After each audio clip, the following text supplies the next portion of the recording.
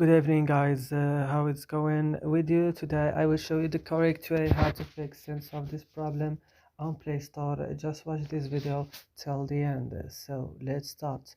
Now, and first you have to go and open the settings of your phone. After this, go to apps option. Here, as you can see, we found all the applications that you have on your phone. You will search only now just for Google Play Store.